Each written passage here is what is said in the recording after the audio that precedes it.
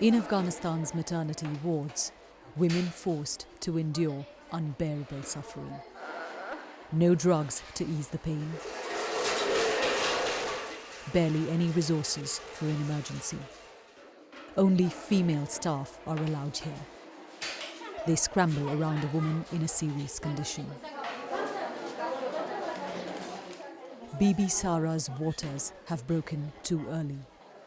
Saida Harakat, the only female doctor, helps Sara pull through. Her baby is rushed to critical care. There is a faint heartbeat, but she isn't breathing. To treat the child, a male doctor's called in. These are crucial moments. After half an hour of intense efforts, the baby girl is stable. Doctors have told us she has a good chance of survival now. But they see scenes like this every single day here. It's also the middle of the day on a weekday when all of the staff were here. But there's just one female doctor and 5 nurses in an area that's home to more than 200,000 people. Life is precarious here. A day later, before she could be named, the baby's condition worsened and they couldn't save her. One of too many such cases. The number of newborns dying in Badakhshan province has almost doubled since foreign funding to Afghanistan was frozen last year. In this striking but harsh land, 2 decades of progress, saving the lives of babies and mothers, is in rapid decline.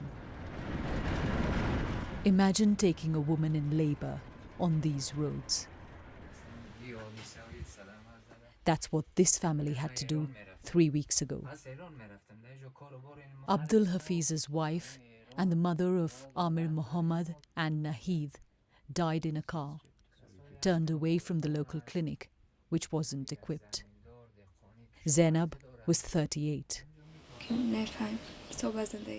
I feel like I've lost my whole life. I'm so lonely, says Nahid. I've lost my main support. Without her, my life is meaningless.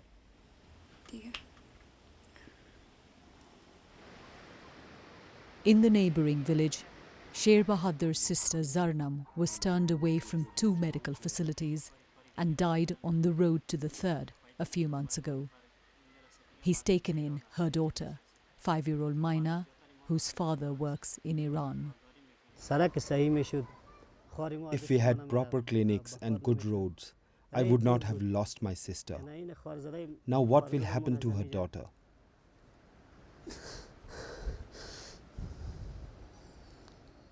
Sher Bahadur was hoping to get his sister to this facility, Badakhshan's main hospital, better equipped than any other in the province, but overwhelmed. Since foreign funds stopped, they've had to reduce their beds by a 1/3. In every cot, there are at least 2 women.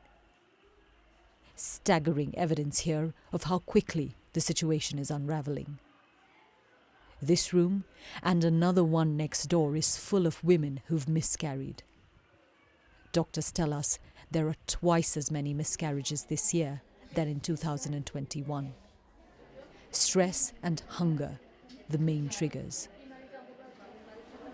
Aziza tells us what she eats every day. I drink tea in the morning, tea for lunch, and for dinner we find something to cook and eat.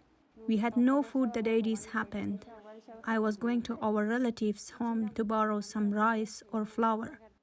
I started to feel weak and began to bleed. On the floor above, the number of premature babies also surging sharply. This boy was born at 7 months, still to be named. Nurses and doctors are exhausted. And the Taliban's bar on girls' secondary schools means no reinforcements are coming. A series of blows have been inflicted on Afghan women in the past year. Its collective impact, nowhere more visible than in the country's maternity wards. Yogita Limaye, BBC News, Badakhshan.